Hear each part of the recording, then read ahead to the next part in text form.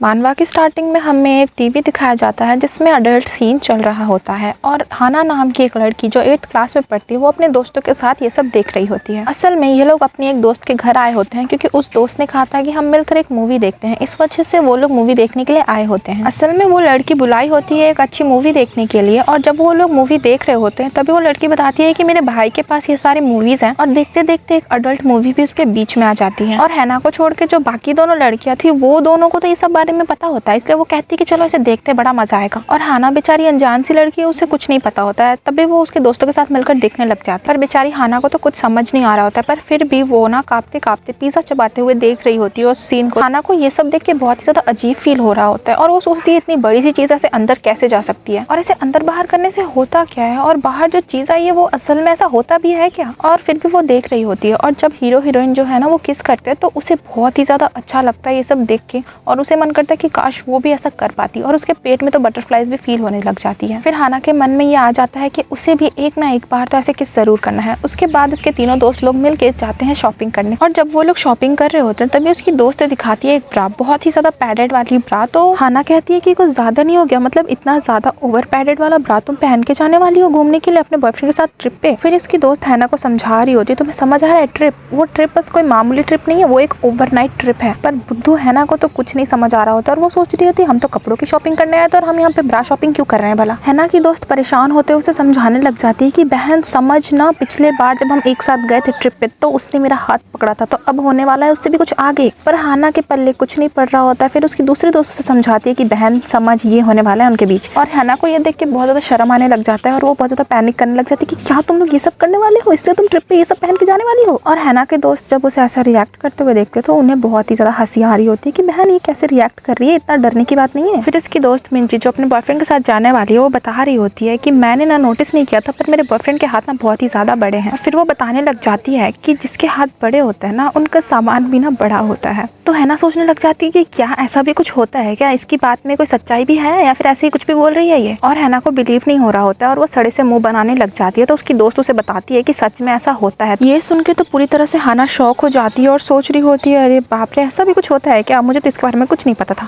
और उसके दोस्त सोचते कि अरे यार ये कितनी भोली है। तभी उसकी दोस्त मिंजी कहती है अच्छा ये सब छोड़ो, हम ना एक ग्रुप डेट पर चलेगा। मेरा एक फ्रेंड है फिजिकल एजुकेशन डिपार्टमेंट से, वो मेरे को ना बार बार पूछ रहा है कि क्या मैं उसे ग्रुप डेट दिलवा सकती हूँ। पिंक बालों वाली लड़की कहती है कि नहीं नहीं मुझे कोई इंटरेस्ट नहीं है इन सब चीजों में, तुम्हें जो करना है करो यार, मैं नहीं आने वाली। दूसरी तरफ हाना थोड़ी बहुत इंटरेस्टेड होती है क्योंकि आज तक वो किसी डेट पर नहीं गई और ग्रुप डेट तो दूर की बात है। तो वो उसकी मिंजी दोस्त से पूछने लग जाती है कि अच्छा वो कितने ज्यादा हैंडसम है क्या, और क्या वो लोग जैक से भी ज्यादा हैंडसम है। तो उसकी दोस्त मिंजी बताती है कि कहाँ बहन, तो किसके साथ उसका कंपैरिजन कर रही है, मतलब यूनिवर्सिटी के टॉप 2 लड़कों में आता है जैक और जैक का कंपैरिजन उन लड़कों से तो बिल्कुल भी नहीं किया जा सकता क्योंकि जैक एक अलग ही लेवल पर है। और उसकी दोस्त कहती है कि दूसरे लेवल पे जो बंदा है ना भाई उसका नाम है मैक्स, और जैसे ही उसकी दोस्त मैक्स का नाम लेती है ना उसके आंखों में साफ चमक दिख रही होती है उसकी दोस्त के आंखों में। और वो कहने लग जाती है कि वो तो बिजनेस डिपार्टमेंट से है और वो बहुत ही ज्यादा पॉपुलर है, सोशल मीडिया में भी सारी लड़कियां उस पर मरती है। और बता रही होती है कि उसकी कितनी ज्यादा सेक्सी बॉडी है और उसकी बहुत ही ज्यादा अच्छी हाइट है और शायद वो जैक से भी ज्यादा पॉपुलर है। और कहती है कि मैंने जब उसे सामने से देखा ना मुझे तो लगा कि कोई सेलिब्रिटी है वो। मिचेल की बात हाना बहुत अच्छे से सुन तो रही होती है पर वो कुछ कह नहीं रही होती है। और फिर हैना कहती है कि हाँ मैंने उसे देखा तो है पर मुझे तो ऐसा नहीं लगता कि वो बहुत ज्यादा हैंडसम है या फिर कुछ सेलिब्रिटी की तरह दिखता है। और उसके दोस्त लोग उसे चकित होकर देखने लग जाते हैं कि क्या बोल रही है। और हैना कहती है कि मुझे तो वो एक ट्रबल मेकर की तरह दिखता है ना कि कोई हैंडसम। और उसके दोस्त सोच रहे होते हैं कि पक्का ये अंधी है। और हैना कहती है कि नहीं यार मैक्स जो है ना वो बिल्कुल भी काइंड नहीं है, पर दूसरी तरफ जो जैक है वो बहुत ज्यादा काइंड और स्वीट है। तभी हैना के पीछे एक लड़का आता है और उसके गाल को ना जोर से खींचने लग जाता है और पूछने लग जाता है कि क्या वो उसके बारे में बात कर रहे हैं।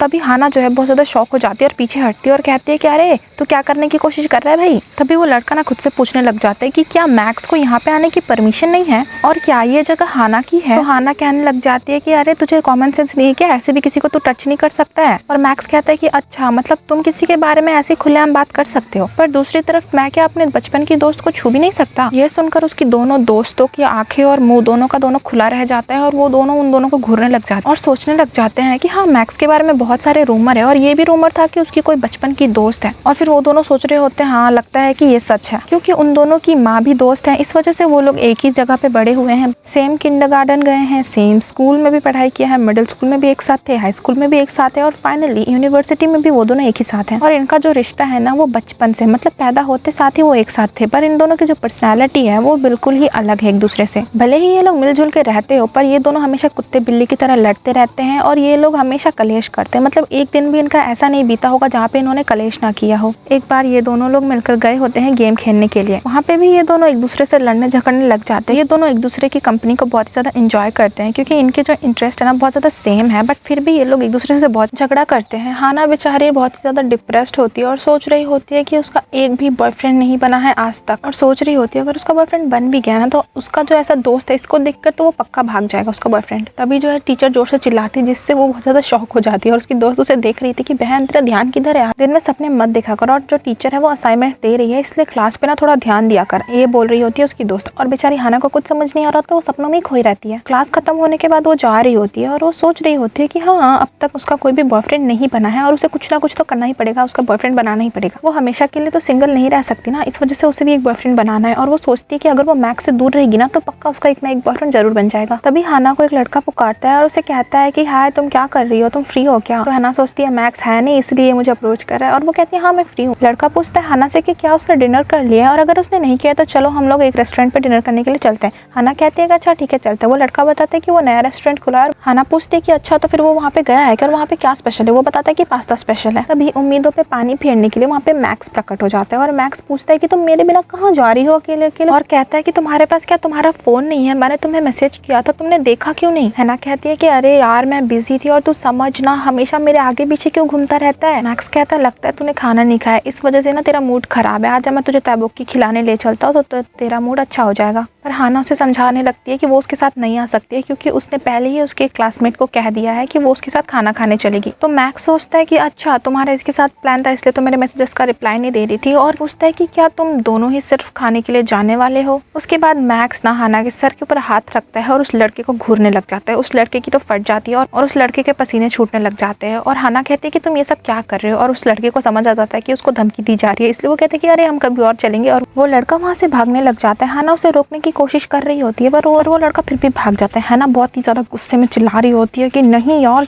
ये सब तेरी वजह से हुआ है कमीने, ऐसा बोल के वो मैक्स को डांट रही होती है। और मैक्स कहता है कि चलो हमें ना फ्रंट गेट की तरफ जाना है, पर हैना उसको एक लात देती है और कहती है कमीने तेरी वजह से वो भाग गया, तू मुझसे बिना पूछे मेरे प्लान्स को खराब क्यों कर देता है, हमेशा तू ऐसा ही करता है पता नहीं क्यों, तेरी वजह से आज तक मेरा कोई भी लड़का दोस्त नहीं बन पाया है, और जब भी मुझसे कोई दोस्ती करने की कोशिश करता है वहाँ पे तो अपनी टांग अड़ा देता है जिस वजह से वो भी भाग जाते हैं, और मैं नहीं आने वाली हूँ तेरे साथ, तू जा अकेले ही। और उसको सुनाई ही जा रही होती है और मैक्स बेचारा कितना ही सुनता। और हाना ये भी कह देती है कि वो उसके साथ ना खाना खाएगी अगली बार से, ना उसके साथ मिलकर असाइनमेंट करेगी, और वो हमेशा अकेला ही रहेगा, जा तू भाड़ में जा, ऐसा करके उसको डांट रही होती है। मैक्स का भी गुस्सा सर से पार चला जाता है और वो भी भड़कने लग जाता है उसके ऊपर और कहता है कि तुम्हें तो शुक्रगुजार होना चाहिए, तुम्हारे कोई दोस्त नहीं है इस वजह से मैं तुम्हारे साथ रहता हूँ, पर तुम हो कि उल्टा मुझे ही सुना रही हो। पर हैना कहती है कि तू मुझसे हर वक्त चिपकता रहता है ना, इस वजह से सबको गलत आइडिया लगता है, इस वजह से कोई मेरे पास नहीं आता है। और मैक्स कहता है कि अरे यार छोड़ ना, हम तो हमेशा झगड़ते, चल इस बात को छोड़, इग्नोर कर। लेकिन हैना कहती है गुस्से में कि तू भाड़ में जा कमीने, और उसको मिडिल फिंगर दिखाने लग जाती है। और मैक्स भी सोचता है अब सेल्फ रिस्पेक्ट की बात है, यहाँ से निकलता हूँ बोल के वहाँ से जाने लग जाता है। और हैना मैक्स को मिडिल फिंगर दिखा रही होती है, वो भी दोनों हाथों से गुस्से में। तभी हैना के सामने आता है एक लड़का जो कि होता है उसका सीनियर, और क्योंकि उसका सीनियर अचानक से आया था इसलिए वो चकित हो जाती है, और उसका सीनियर और कोई नहीं बल्कि उसका क्रश होता है यानी जैक। और हैना जैसे ही जैक को देखती है वो 7वें आसमान पर पहुंच जाती है। ऑब्वियसली यार अपने क्रश को देखकर कोई भी पागल होगा, क्योंकि हैना ने अभी जस्ट सड़े हुए से मुंह बनाए होते हैं, इसलिए वो बहाना देने लग जाती है कि अरे वो बहुत ही ज्यादा परेशान है, इस वजह से वो डर गई थी उसके अचानक आने की वजह से। तो फिर जैक पूछने लग जाता है कि वो परेशान क्यों है, तो हैना बताती है उनको ना क्लास से मूवीज के ऊपर ऐसे लिखने का असाइनमेंट मिला है। तो जैक कहता है कि अच्छा मुझे उसके बारे में बहुत कुछ पता है, तो मैं तुम्हारी हेल्प कर सकता हूँ, तो तुम क्या मेरे घर पे आना चाहोगी, क्योंकि मेरे पास एक USB है उसमें बहुत सारी मूवीज को स्टोर किया गया हुआ है, तो वो मूवीज उसको पक्का हेल्प करेंगे असाइनमेंट कंप्लीट करने में। लेकिन हैना उससे पूछने लग जाती है कि अच्छा तुम्हारे पास ये सब क्या कर रहे हैं, मतलब क्लासिकल मूवीज तुम्हें देखने देखना पसंद है क्या?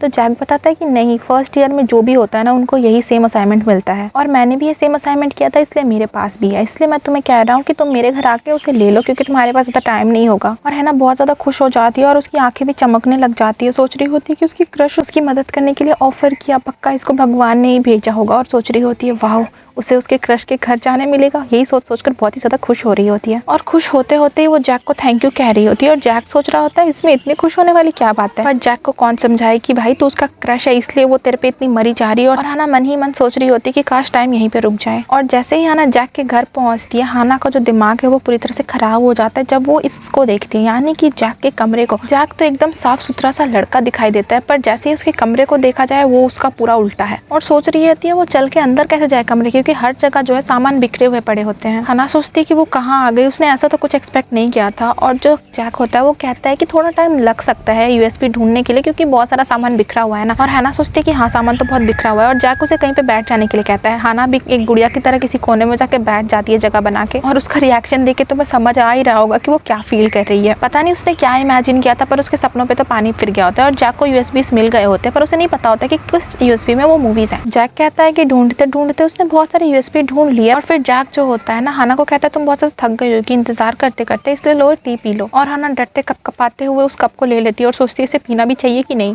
और हाना जब जैक के हाथ से कप ले रही होती है तभी वो जैक के हाथों को नोटिस करती है और उसकी दोस्त के बातों को नोटिस करती है कि हाथ बड़ा है तो फिर जो सामान है वो भी बड़ा होता है। हाना सोच रही होती है कि नहीं यार इस वक्त वो ये सब क्या सोच रही है, और उसका जो शक्ल होता है वो पूरी तरीके से लाल हो चुका होता है। तो जैक उसे पूछता है कि क्या वो ठीक है, और हाना बात को टालते हुए कहती है अरे हाँ कुछ नहीं हुआ है, मैं बिल्कुल ठीक हूँ। फिर जैक बताता है कि ज्यादातर लोग ना उसे बहुत ज्यादा बड़ा कहते हैं और वो बताता है कि उसकी फिंगर्स बहुत ज्यादा लंबी है और उसका जो इंडेक्स फिंगर है ना वो उसके मिडिल फिंगर से भी ज्यादा बड़ा है, और वो प्रूफ के तौर पे दिखाने भी लग जाता है। और हैना को तो कुछ समझ नहीं आता और वो नोटिस करती है कि जैक उसके बहुत ही ज्यादा करीब है। इस वजह से उसे अजीब सा फील होने लग जाता है और वो अचानक से खड़ी हो जाती है और फिर ना एक यूएसबी को पकड़ती है और फिर जैक से पूछती है कि क्या ये सही यूएसबी है। जैक भी बिना देखे हाँ कह देता है, तो फिर वहाँ से फटाफट भाग जाती है हैना। और जाते जाते सोच रही होती है कि अच्छा हुआ कि वो वहाँ से भाग गई। और हैना सोच रही होती है कि लंबा मिडिल फिंगर से ज्यादा लंबा इंडेक्स फिंगर, इसका क्या मतलब है क्या कुछ। हैना को जैक का कोई भी हिंट या फिर उसकी कोई भी बातें समझ नहीं आई होती, इसलिए वो बहुत ज्यादा परेशान हो रही होती है। और फिर वो अपने दोस्त मैक्स को याद करती है और सोचती है कि वो भी एक लड़का है, पक्का उसको इस बारे में पता होगा, इसलिए वो जैक के घर पहुंच जाती है। और दरवाजा खोलते हुए हाना जैक से पूछती है कि वो उसके मैसेजेस का रिप्लाई क्यों नहीं दे रहा, क्या वो बहुत ही ज्यादा बिजी है, और बोलती है कि उसे एक जरूरी बात करनी थी उससे। और जब वो दोनों आई कांटेक्ट करते हैं तब वो दोनों ही जम जाते हैं क्योंकि मैक्स कुछ कर रहा होता है जो उसे बाथरूम में करना चाहिए, वो भी लैपटॉप के सामने बैठकर। और जैक पूरी तरीके से सदमे में पहुंच चुका होता है और वो सोच रहा होता है कि ये सब क्या हो रहा है। और हाना को समझ नहीं आता कि ये सब देखना उसका सही है कि नहीं, मतलब सब लोग ऐसा करते ही हैं पर उसे नहीं लगता कि ये सही होगा, मतलब उसके दोस्त को ऐसे रंगे हाथों पकड़ लेना। और वो सोचती है उसके दोस्त ने जो कहा था लंबे हाथ बड़े हाथ, शायद वो सच ही है क्योंकि उसके आंखों के सामने ही प्रूफ जो था। हाना सोच रही होती है कि हाँ जैक का सामान तो बड़ा ही है और हाँ उसके हाथ भी बहुत ज्यादा लंबे हैं। और फिर वो सोच रही होती है कि उसको चिढ़ाने का, क्योंकि वो उसका दोस्त ही है तो ऑब्वियसली वो उसको चिढ़ा ही सकती है इस बात पे। पर हाना की आंखें तब बड़ी हो जाती है जब वो देखती है कि लैपटॉप पे उसी की फोटो है और उसी की फोटो को देखकर वो सब कर रहा है, इसलिए वहाँ से हाना जाने लग जाती है और कहती है कि मजे करो। और मैक्स हाना को समझाने की कोशिश करता है, कहता है कि नहीं यार तुम मिसअंडरस्टूड कर रही हो, प्लीज मेरी बात सुनो। और मैक्स कहता है कि भले ही मैं ऐसा इंसान हूँ जो गेट बंद करना भूल गया हूँ ये सब करते टाइम, पर समझो यार मैं वैसा इंसान नहीं हूँ जो तुम्हारी अपने दोस्त की फोटो को देखकर ये सब करे। नहीं मैं ऐसा इंसान नहीं हूँ, प्लीज रुक जाओ, मेरी प्लीज बात सुनो। और मैक्स की हालत पूरी तरीके से खराब हो चुकी होती है, वो सोच रहा होता है कि वो कैसे समझाए क्योंकि हाना की जगह पे और कोई होता तो वो भी मिसअंडरस्टूड ही करता।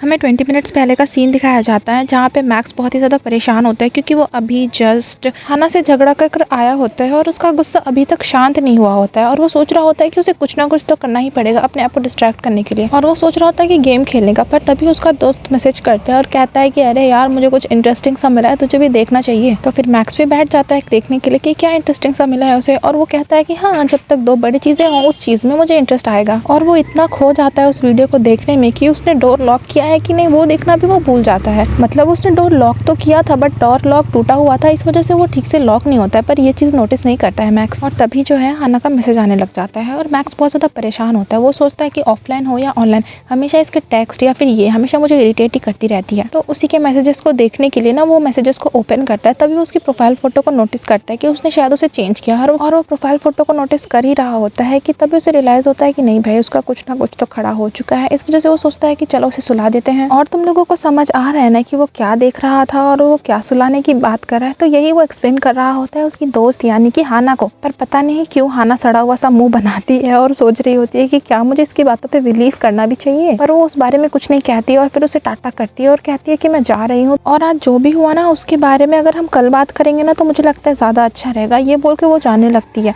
और मैक्स देखता है कि हाना उसकी बात पर बिल्कुल यकीन नहीं कर रही है। इस मैक्स की आंखों में आंसू आ जाता है और उसका दिल पूरी तरीके से टूट जाता है और वो पूछने लग जाता है हाना से कि वो उसकी बातों पे यकीन क्यों नहीं कर रही है। और हाना सोच रही होती है कि ये अचानक से रोने क्यों लग गया और फिर भी वो उसकी बात नहीं सुनती और उसे अकेला छोड़ के चली जाती है और बेचारा रो रहा होता है मैक्स। और हैना बाहर आकर सोचने लग जाती है कि आखिर मैक्स ऐसा रोने क्यों लग गया इस तरीके से। और फिर सीन शिफ्ट होता है और अगली सुबह का दिखाया जाता है और बेचारी जो हाना होती है वो पूरी तरीके से सोच में डूबी होती है। बेचारी हाना क्या ही देख लिया इसने। मैक्स ने अभी तक उसको कांटेक्ट नहीं किया था एज एक्सपेक्ट। जो भी हो लेकिन वो मैक्स का रोता हुआ चेहरा भूल नहीं पा रही होती है और वो सोच रही होती है कि आखिर उसने मैक्स को रोते हुए कब देखा था, प्राइमरी स्कूल में या फिर शायद मिडिल स्कूल में। और इन्हीं ख्यालों में जब वो खोई होती है तभी उसको डिस्टर्ब करने के लिए वहाँ पे मिचेल आ जाती है और उसे ठक करके डराती है और फिर हाना होश में आती है। और उसकी दोस्त मिचेल नोटिस करती है कि हाना आजकल जो है बहुत ज्यादा अजीब बिहेव कर रही है। तो वो उससे पूछने लग जाती है कि क्या हुआ है, तो आजकल इतना अजीब क्यों बिहेव कर रही है। और हाना को तो बहुत ज्यादा अजीब फील हो रहा होता है और शर्म आ रहा होता है। वो सोच रही होती है कि क्या उसे इस बारे में इससे पूछना चाहिए। वो सोच रही होती है शायद उसे पूछना चाहिए। दूसरी तरफ हमें दिखाया जाता है मैक्स के एक फ्रेंड जीवून को और उसका दोस्त उससे पूछ रहा होता है कि क्या भाई तू आज यहाँ पे क्या कर रहा है। मैक्स कहता है कि तेरा रूम तो खाली है ना भाई, तो मैं यहाँ पे थोड़ी देर के लिए रुक ही सकता हूँ ना। तो उसका दोस्त जीवन बताता है कि देख भाई अगर हमने किसी स्ट्रेंजर को लाया ना तो हमें पेनल्टी मिलती है, तो अगर मुझे पेनल्टी मिलेगी तो क्या तू मुझे पैसे देने वाला है। तो मैक्स कहता है कि देख भाई तू फिक्र मत कर, अगर कोई आया ना चेकिंग करने के लिए तो मैं खिड़की से कूद कर भाग जाऊंगा, टेंशन लेने वाली कोई बात नहीं है। जीवन फिर उससे पूछता है कि क्या आज तो उस लड़की के साथ हैंग आउट नहीं करने वाला, उस मीडिया डिपार्टमेंट वाली लड़की से जिसके साथ तो हमेशा हैंग आउट करता है। पर हाना के बारे में मैक्स जैसे ही सोचता है ना उसका तन बदन कांप उठता है और वो सोच रहा होता है कि वो क्या करे, क्योंकि उसको ऐसी हालत में हाना ने देख लिया था और वो ये सब बिल्कुल भी नहीं चाहता था। फिर सोच रहा होता है कि शायद उन दोनों की दोस्ती जो है उसमें बहुत बड़ा दरार आने वाला है इस सब की वजह से। और फिर वो सोचता है कि शायद उसे क्लियर कर लेना चाहिए, पर क्या वो उसकी बात पे बिलीव करने वाली है। और फिर मैक्स सोच रहा होता है कि शायद उसी की गलती है क्योंकि वो डोर ठीक करवाना भूल गया और उसी ने तो एक्सेस दिया था हाना को उसके गेट का लॉक पासवर्ड बताकर। और फिर सोच रहा होता है कि शायद उसी की गलती है, उसे ना वो वीडियोस देखनी नहीं चाहिए थी और या फिर उसे हाना के मैसेजेस को साइलेंट कर देना चाहिए था, नोटिफिकेशन को साइलेंट कर देना चाहिए था। पर वो अपने दोस्त को फिर पकड़ लेता है और सोचता है कि साले ये सारी तेरी गलती है, अगर तू मुझे वो वीडियो नहीं भेजता ना तो ये सब होता ही नहीं। और उसके दोस्त को कुछ समझ नहीं आ रहा होता है। पहले तो उसने उसे बंदी बनाया और अब उसे छोड़ दिया। उसका दोस्त कहता है कि तू क्या कर रहा है भाई, पर मैक्स उसकी बात नहीं सुनता और उसके बाद फोटोज देखने लग जाता है उसकी और हाना की और वो सोचता है कि वाह हम कितने अच्छे दोस्त थे, लेकिन शायद अब सब कुछ खराब होने वाला है। और दूसरी तरफ हाना की दोस्त मिंजी उससे पूछ रही होती है अच्छा तो तुम्हारा कहना है कि एक लड़की ने एक लड़के से कोई बात सुनी और उसको वो बात समझ नहीं आई, इस वजह से वो लड़की दूसरे लड़के के पास गई उस बात को पूछने के लिए। तो हाना जो है सर हिला रही होती है कि हाँ तो सही समझी है। फिर मिंजी कहती है कि अच्छा जब वो लड़की दूसरी लड़की के पास गई तो उसने उस लड़के को ऐसी हालत में देख लिया जिस हालत में उस लड़की को उसे नहीं देखना चाहिए था। और फिर मिंजी कहती है कि मुझे पक्का यकीन है कि तुम खुद की बात ही कर रही हो और दूसरा लड़का है वो और कोई नहीं बल्कि मैक्स है और शायद तुमने मैक्स को नंगे पकड़ लिया होगा या फिर ऐसा ही कुछ। हाना कह रही होती है हाँ ऐसा ही कुछ था, मुझे उसके बारे में समझ नहीं आया जो जैक ने मुझसे कहा था, इस वजह से मैं उससे पूछने गई थी। तभी मिंजी कह रही होती है हाना से कि यार तू तो ऑनलाइन भी सर्च मार सकती थी। और हाना को बहुत बड़ा झटका लगता है कि हाँ मैं ऑनलाइन भी सर्च मार सकती थी, मुझे बेवजह उसके पास जाके पूछने की जरूरत नहीं थी। और फिर हाना को बहुत बड़ा सदमा लगता है क्योंकि उसकी बेवकूफ़ी की वजह से आज ये सब हो चुका है। और उसकी दोस्त मिंजी ये सब जब देखती है तो उसे समझाती है कि देख बहन तू ना जाके उससे बात कर, बात करने से सब कुछ ठीक हो जाएगा। और क्योंकि वो लोग बचपन से ही साथ है तो उनके लिए अच्छा है कि अगर वो लोग जाके एक दूसरे से बात कर ले। और वो कहती है कि तुम्हें पहला कदम उठाना चाहिए और तुम्हें जाके उससे बात करनी चाहिए। हाना तो पहले ना कर रही होती है पर फिर वो मान जाती है और थैंक यू करने लग जाती है उसकी दोस्त को। मिंजी कहती है कि अरे मैं तेरी दोस्त हूँ, ये कोई बड़ी बात नहीं है मेरे लिए, जा। हाना भी सोच रही होती है अगर ये एडवाइस नहीं करती तो पता नहीं आज मेरा क्या होता है। तभी मिंजी देखती है कि मैक्स वहीं से गुजर रहा है, इसलिए वो हाना को कहती है कि देख मैक्स है वहाँ पे। तो हाना जैसे ही मैक्स को देखती है वो फौरन से उसकी तरफ भाग रही होती है और हाना को कहती है कि मैं आती हूँ बहन, ठीक है सब कुछ ठीक करके। और हाना फिर मैक्स की ओर भागने लग जाती है और सोच रही होती है कि हमारी तो 10 साल की दोस्ती है और मैं उसे ऐसे ही नहीं टूटने दे सकती और मेरी ही गलती थी क्योंकि मैंने उसकी साइड से तो कोई बात नहीं सुनी, खुद ही सब कुछ सोच लिया। और अगर आज मैंने उससे बात नहीं की तो लगता है हमारा जो रिलेशन है वो पक्का टूट जाएगा। वो तो कभी नहीं रोता था पर फिर भी उसने उस दिन रोया और मुझे उसकी बात सुननी चाहिए थी पर मैंने उसकी बात नहीं सुनी और उसे अकेला छोड़ दिया। अब मुझे उससे बात करनी ही होगी। और फिर हाना कहती है कि मैं मैक्स को खोना नहीं चाहती। उसके बाद हमें दिखाया जाता है कि हाना जो है वो आधे कपड़ों में है और पसीने में लथपथ है और वो सोच रही होती है कि वो इस सिचुएशन में कैसे फंसी और वो मैक्स के ऊपर क्या कर रही है। हाना ऐसी सिचुएशन में तो कभी नहीं फंसना चाहती थी और वो सोच रही होती है कि वो तो मैक्स को अपना क्लोज फ्रेंड फिर से बनाना चाहती थी पर वो यहाँ पे क्या कर रही है, पर वो ऐसी हालत में यहाँ पर कैसे पहुंच गई। ये समझने के लिए कि हाना और मैक्स इस सिचुएशन में कैसे पहुंचे हमें 30 मिनट पहले जाना पड़ेगा। जब हाना भाग रही होती है मैक्स के पीछे और चिल्ला रही होती है कि रुक जा, और मैक्स बेचारा बहुत ज़्यादा डर जाता है कि वो उसके पीछे क्यों भाग रही है, इसलिए वो भी भागने लग जाता है। और हाना मैक्स से पूछने लग जाती है कि कमीने तू क्यों भाग रहा है। और मैक्स कहता है कि तू भी तो भाग रही है ना, इसलिए मैं भी भाग रहा हूँ। हैना कहती है गवार मैं तेरे पास आने के लिए भाग रही हूँ। और मैक्स कहता है ठीक है मैं रुक जाऊंगा, पर पहले तू रुक, उसके बाद मैं रुकूंगा। और हाना गुस्से में उसके ऊपर चिल्ला रही होती है कि रुक जा कमीने। और वो बहुत ज्यादा गुस्से में होती है, इस वजह से उसके सामने जो लड़का होता है वो उस पर ध्यान नहीं देती है और उसे टकरा जाती है, जिस वजह से उस लड़के की जो कॉफी होती है वो हाना के कपड़ों में गिर जाती है और हाना के कपड़े पूरी तरीके से भीग जाते हैं। हाना उस लड़के से सॉरी बोलने लग जाती है क्योंकि उसकी गलती थी, उसने देखा नहीं और उसकी कॉफी गिरा दी। पर वो लड़का कहता है कि नहीं मेरी भी गलती है, मैं भी नहीं देख रहा था, वरना ये हादसा नहीं होता। और हैना कह रही होती है कि मैं तुम्हें तुम्हारे कॉफी के पैसे दे दूंगी। और वो लड़का कहता है नहीं, मुझे तुम्हारे ड्राई क्लीनिंग के पैसे देने चाहिए क्योंकि तुम्हारी ड्रेस गंदी हो चुकी है, इसलिए क्या तुम मुझे अपना नंबर दे सकती हो जिस वजह से मैं तुम्हें बाद में तुम्हारे कपड़े धुलवाने के पैसे दे दूं। तो हाना भी सोच रही होती है हाँ दे देती हूँ, मैं भी इसके पैसे चुका दूंगी, इस वजह से वो देने वाली होती है नंबर।